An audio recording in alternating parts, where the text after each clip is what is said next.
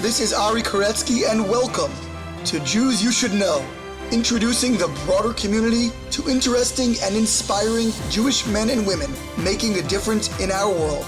Some are already famous, some not yet so, but each is a Jew you should know. And we are back with another amazing episode of Jews You Should Know.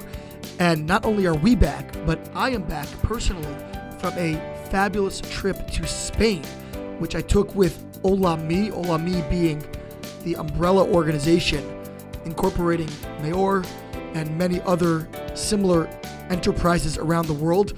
I was there with around 600 students from 21 countries and many other supporters, educators, and so forth for a week-long leadership conference, as well as touring the incredible and profoundly tragic Jewish history in Spain. While I was there, I got to interview some amazing people live, much like I did in Israel a number of months ago, this past August. And I will be slow releasing some of those episodes here, as well as cross-purposing them for another podcast I will be hosting for young Jewish leaders about Jewish leadership. I also met some really wonderful personalities there who I didn't actually get to interview live, but with whom I connected and made arrangements to follow up and do remote interviews in the coming weeks and months. So a lot of fertile ground there, and really some remarkable personalities that were featured there and that will shortly be featured on our program. The first personality I'm going to be bringing you from this series is with one of the co-founders of Olami himself, Mr. Elie Horn. Elie Horn is a Brazilian mega-philanthropist who does incredible things all around the world, supporting the Jewish people and combating assimilation through education. I advise you to listen carefully because he has a very heavy Brazilian accent, and you need to listen closely to discern all of his English, but it is well worth the effort because his messages are strong and direct and full of conviction, born of a life lived in total commitment to the Jewish people. Once again, a reminder to please subscribe to the show, whether on iTunes, Apple Podcasts, Google Podcasts, SoundCloud, Stitcher, wherever you're getting this particular episode. And also please to spread the word and request that others do so as well for their own listening and edifying pleasure. You'll excuse, please, my even raspier than usual voice on this recording. It was at the tail end of this leadership forum, during which time I was around hundreds and hundreds of people and forced to strain my voice quite a bit. So that certainly took its toll. But in any event, we go now to Toledo, Spain for my conversation with Brazilian real estate magnate and mega-philanthropist, Elie Horn. We are here with Elie Horn, a Brazilian philanthropist, passionate lover of Am Yisrael. How are you, Mr. Horn?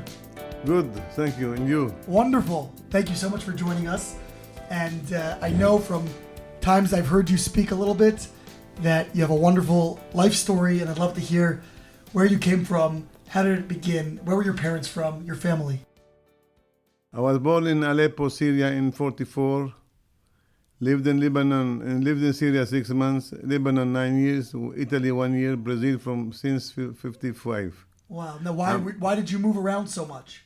Because my parents decided to make that trip. My father lost all the money he had, was obliged to travel and to see a country of the future. And Brazil was the choice at that time. Well, was Brazil a place that was taking in a lot of Jews? And in 1955, when we came, we had no problem with Brazil. Brazil was open to the Jews, to anyone else.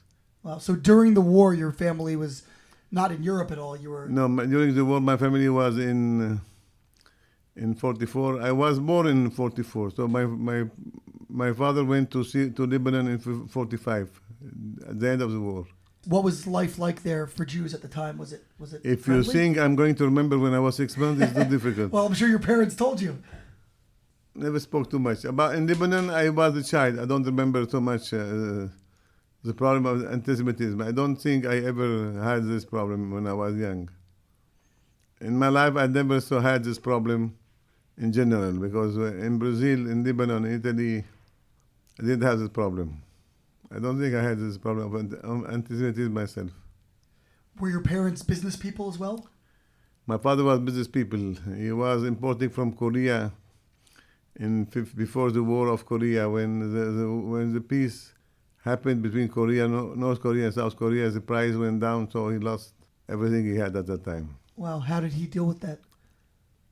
He did the way an honest man can deal. I mean, he didn't have money, so he escaped from Lebanon to Israel by night. In order, it was forbidden to go by car or by plane, so he went by foot.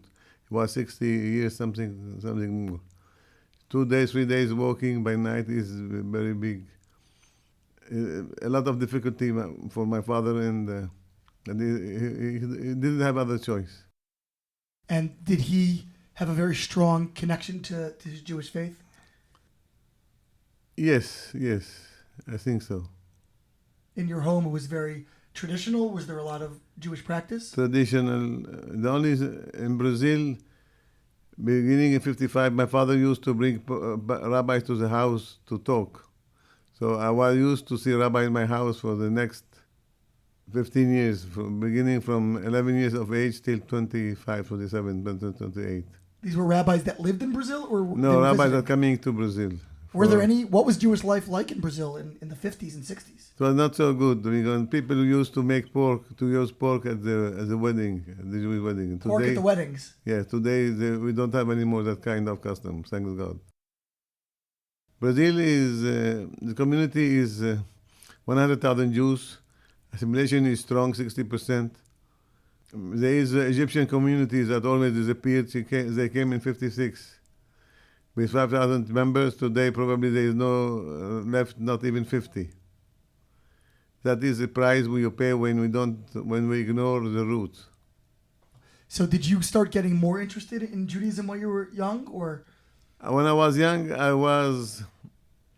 until 10 years you don't think so much. When I was 13, I saw a child in the street was paralytic. It shocked me how God could allow this to happen. A child of 2 years. I began to have less faith. This happened till 27 years of age.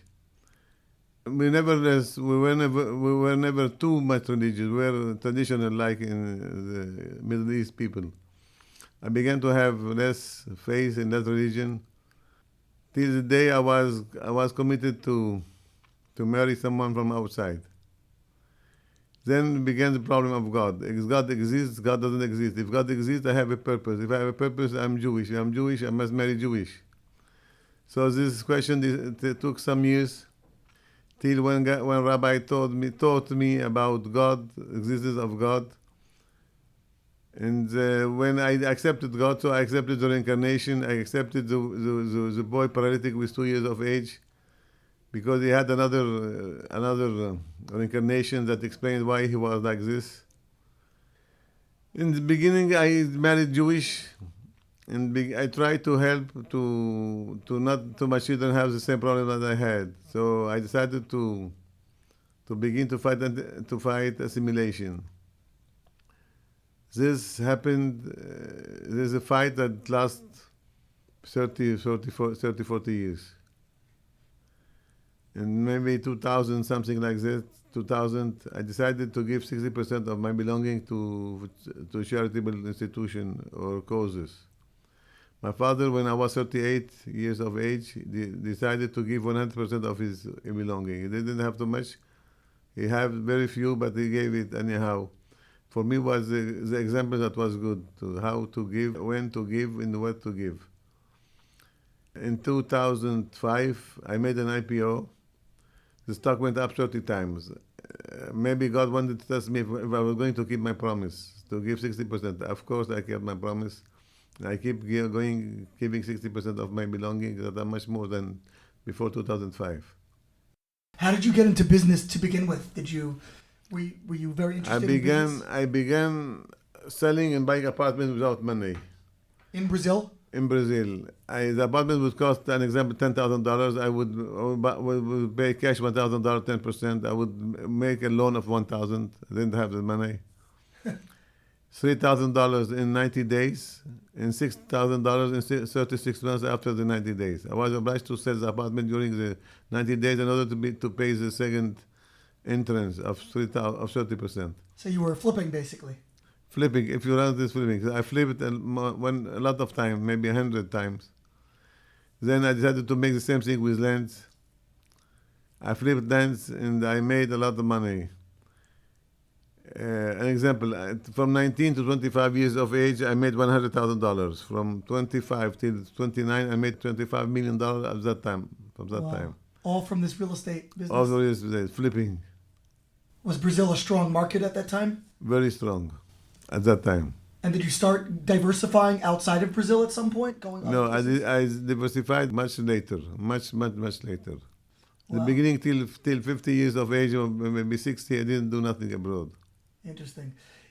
At this time, when you said you had this crisis of faith, and then you started to almost, marry out, as you mentioned, what did you do when you wanted to start exploring the questions about God and so forth? Did you read books? I tried to have lessons with rabbis, and why God exists, if He exists, why He created me, if He exists, what am I, what is my mission, what is my purpose, what's the meaning of life, what the meaning of creation, what the meaning of God, how could He create Himself? The same questions that everybody has. In my point of view, for my case, I think I have the conclusion that God exists, and this helped me to give a direction to my life. What convinced you of that? Things cannot happen by coincidence. Things cannot happen without a cause. If you take a piece of painting, you throw it to the wall, what are you going to see? Probably not a beautiful painting. Can you see a house? Probably not. Why you say probably?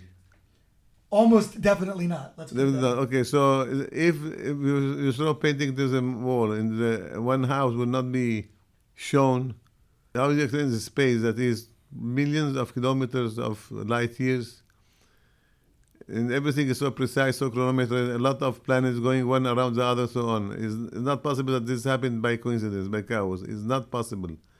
If it's not possible, so someone did it. Call him God. Call him the way you want. Someone did it.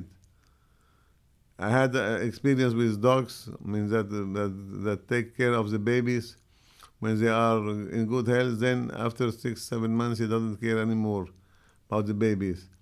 The meaning is, means there is a chip in her head. She takes care for 6 months, then after she let it. It is a chip, it's not normal. The chip call him peace of God. When I was 35, I went to a Kabbalist. I was losing money in speculation. I told him, I'm feeling very bad, I'm losing money in that speculation. What I do?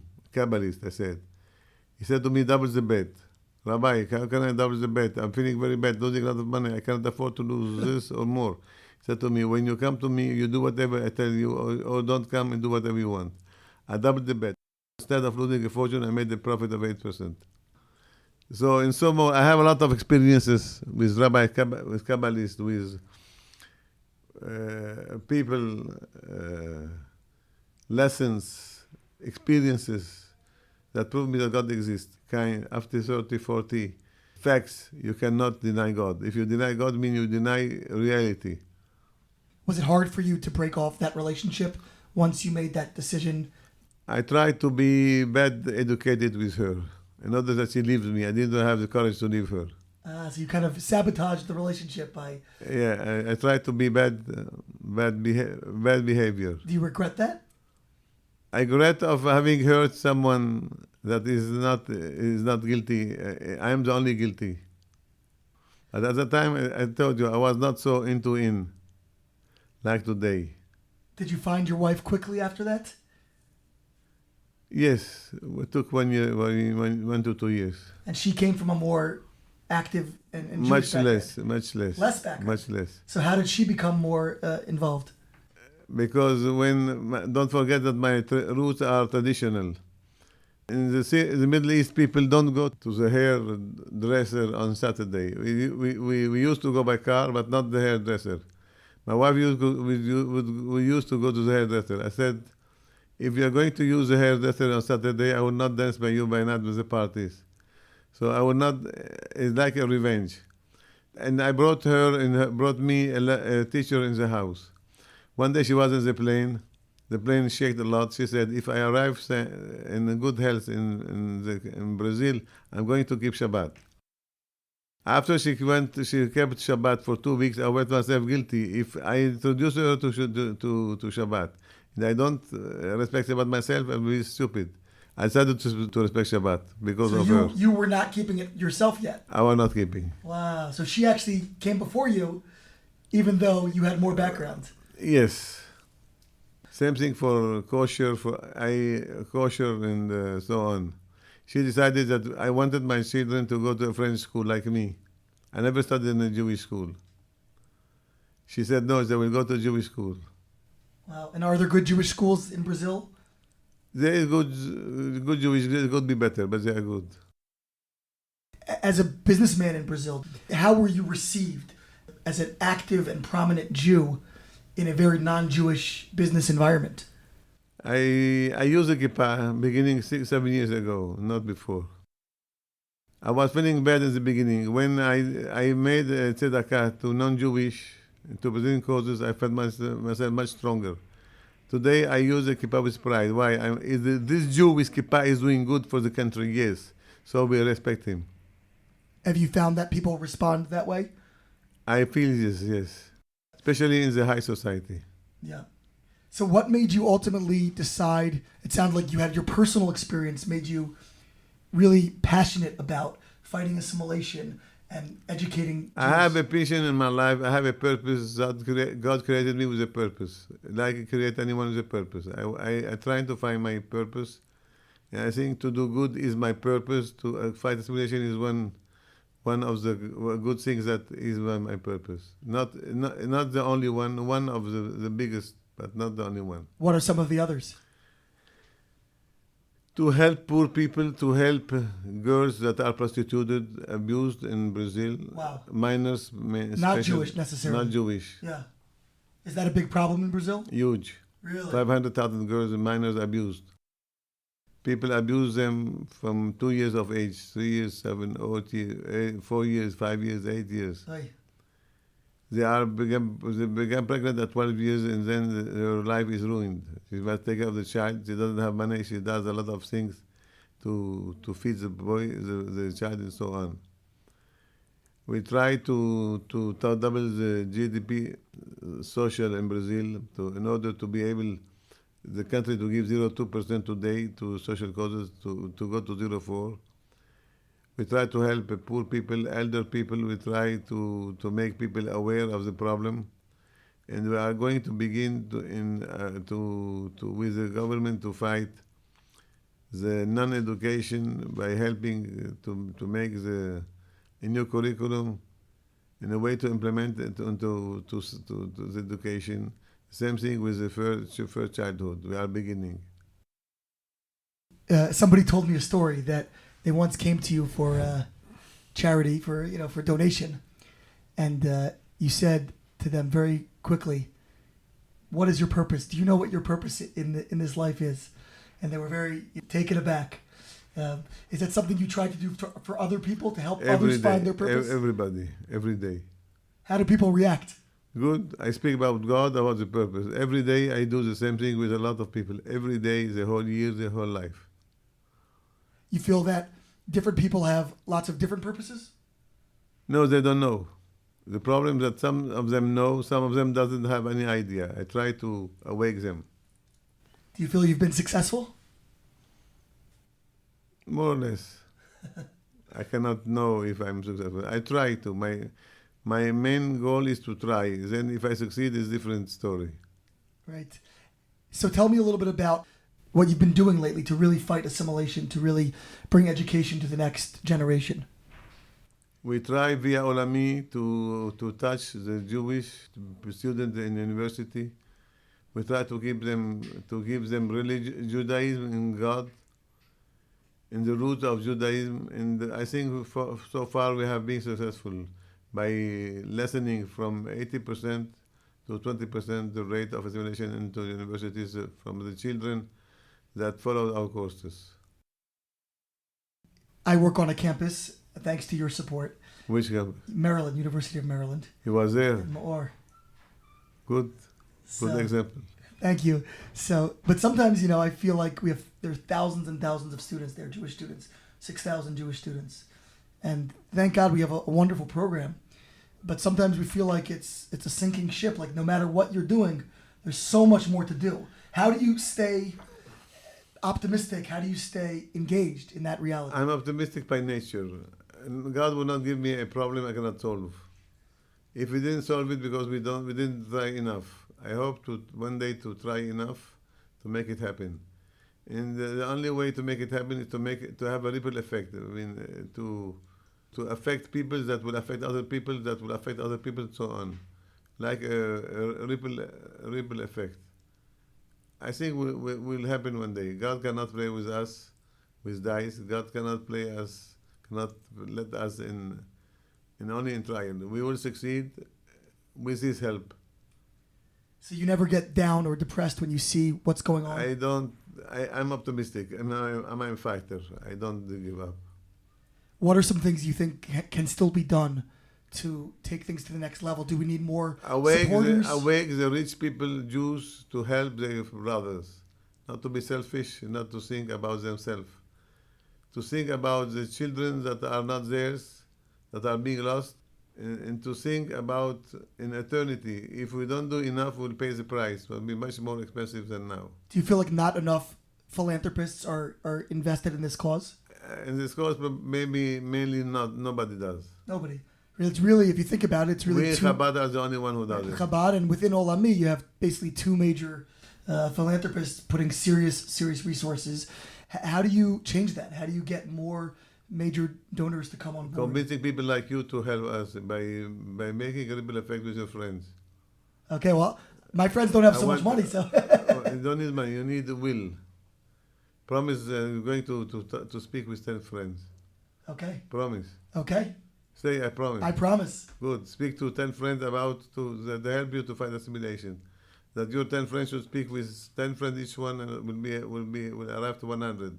100 to 1,000, so on. Is the only way. Does it bother you when you find people who are not as passionate about this? Do you want to ever shake people and say, wake up? I'm never bothered. I'm only bothered when I read something about the Holocaust. How this happened.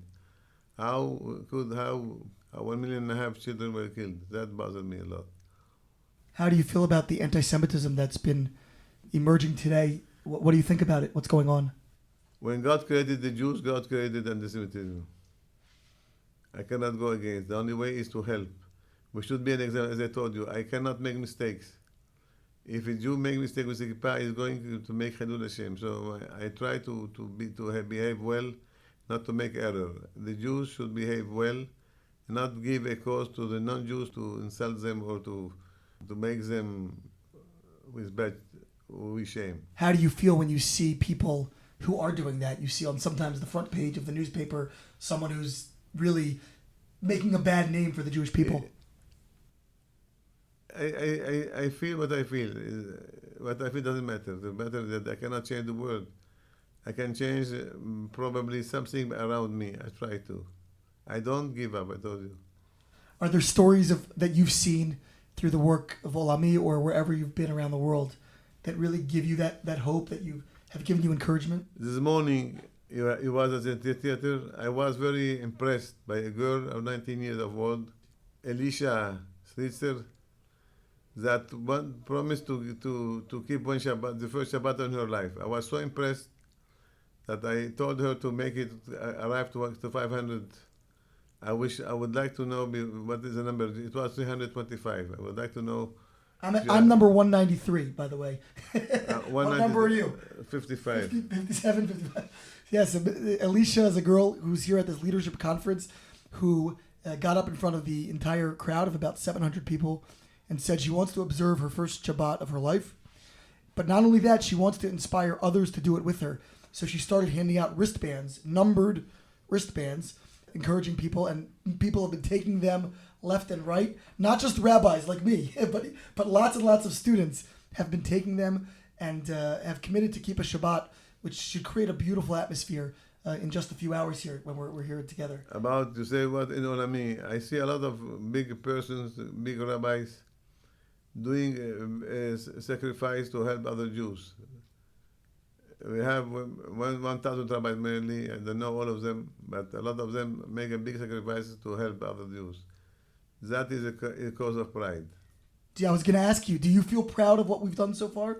Or do you feel Ben-Gurion never satisfied? Ben-Gurion said, I'm never satisfied. I could do much more. I think he's right. I could do much more. What about everyone else? Could everyone else be doing more? Or do you feel like people are really... Do you feel like everyone out there who's working is doing as much as they can? Or do you feel like everyone could be pushing harder? We, as a man, we have the obligation to do more, to try more. Me and everybody, me and the world. So I'm never satisfied by definition. That is a cause of joy and a cause of sadness. Of joy because you look for more things to do, sad because you are never happy. Right. But you said you're optimistic. Optimistic, something, happy is other thing. Two different things. So you feel you can never really be satisfied. I cannot, by definition. By definition. But why not? If you feel that you're doing everything that you can do. Who said I'm doing everything? Well, what I said yesterday to a person, God will judge me by my potential, not by my deeds. My potential is probably much bigger than my deeds. I hope that I will do my potential, but I don't think so because my potential is big and potential is always bigger than your deeds, by definition. So how does a person use more of their potential? Trying more, never stop trying. Never stop trying. Never ever. It's a powerful message. I want to tell you something. Please. 7 years ago, I got Parkinson. Wow. Theoretically, this would have limited my style of living, of working, of doing philanthropy. I didn't stop. I work less, but I make 8 hours of philanthropy per day. So what I was working 12, 13 hours a day. I'm working 12, 13 hours a day. The difference between I was doing 10 hours of business, 3 of philanthropy. Now I'm doing 3 of business and 10 of philanthropy. God wanted me to test me, like He did me before. I say I'm not going to stop, God. Even if you send me problems, I'm going to do Your will, with my sickness and without my sickness. Wow. I will not stop. How are you feeling now? In the question of sickness, Yeah. good. Baruch Hashem. Do I have another choice? Yes, you do. I don't. You sure you have a choice? You don't have a choice. You can. We can always choose how we respond and how we feel. But I can, knowing what I know, and the one thing, willing to have a better world, I don't have a choice. And I hate the other choice, not to do nothing. Yeah. I hate. So that is your choice. Your choice is to not have another choice. My choice is to fight. I feel good when I fight. Why do you think you were born such a fighter? I'm a Kohen. The Kohen are nervous normally. I am a lion. And the lion is aggressive. God decided that my fate is to be aggressive and nervous. What am I going to do? I didn't decide. He decided for me. Have there been times in He your life? decided that I would be a man. I decided I will be from my mother and father. He decided I will be born in Syria. He decided so on everything. Has it ever gotten you into trouble? Some people don't accept the truth. I used to be more rude than today. Today I'm a little bit more subtle. Yeah, I don't fight. I hate fight. Fight to life, yes, not fight with people. I hate to fight with people. Not to fight for life, I fight. I had one fight maybe the last 3-4 years only. 2 maybe. Well, you clearly have a very, very soft heart because I have soft heart. if you care so much about the Jewish people and so much about abused girls in Brazil and all these other causes, as strong as your personality might be, it's obviously undergirded by a very, very soft heart. Thanks God I'm not a Nazi that killed and burned children without any pity. This kind of animal, I hate it. I prefer much more to be a soft heart human person who feels, who cares, and try to help people to live, to study, or to do, or so on. One thing we did 1 month ago, maybe it's interesting. We made via internet. We made an offer. We in my group to help people to do good. We thought they were going to pay $25,000 for 50 groups that will do a better job. We had 4,800 applicants. We are going to choose 1,000. Then a jury, popular jury, will choose 1,100. Then 100 to 50. This make another 1 million people those that saw that postage. So this will help them to make good in Brazil, to give good examples. Like this, we are going to do a lot of things to make people feel better, to do good, and our only profit is the good in itself. We don't have any profit. Our profit is the good. Well, Mr. Horn, we're very honored that you've chosen to invest in this incredible way and joined us today. Anything you'd like to add? The advice: don't live in a chaos life. Don't live in a life of coincidence. Don't think that everything happens just like that. Don't accept luck as a way of living. Try to find who created you, why you are born, why you are X, Y, or Z. If you're stupid, intelligent, brown or blonde or whatever else, try to see why you are born, what you are, why you're living, why you are married to such person, why your child is yours, not the other child, other person's child. And whenever you find the solution about your life, try to find your solution in life. Don't die as an empty person with empty head. Think about your eternity. Think about someone who created you. Think about your soul. Don't be selfish. Help, because to help is the only big concern of life in this world. To do good is the only explanation of creation. Without good, life has no meaning, and God would not have created us. Thank you very much. God bless you. Amen. Shabbat Thank shalom. you. Shabbat shalom. Thank you so much for joining us. This has been Ari Koretsky on Jews You Should Know. Please visit us at JewsYouShouldKnow.com and subscribe at iTunes, Stitcher, or wherever you consume podcasts. Find us on social media at Jews You Should Know. If you'd like to become a supporter of this podcast, we would greatly appreciate that, and you can do so by visiting patreon.com. That's patreon.com/Jews You Should Know. Finally, if you have enjoyed this podcast, please leave us a review so that we can continue to grow and introduce many more people to Jews You Should Know.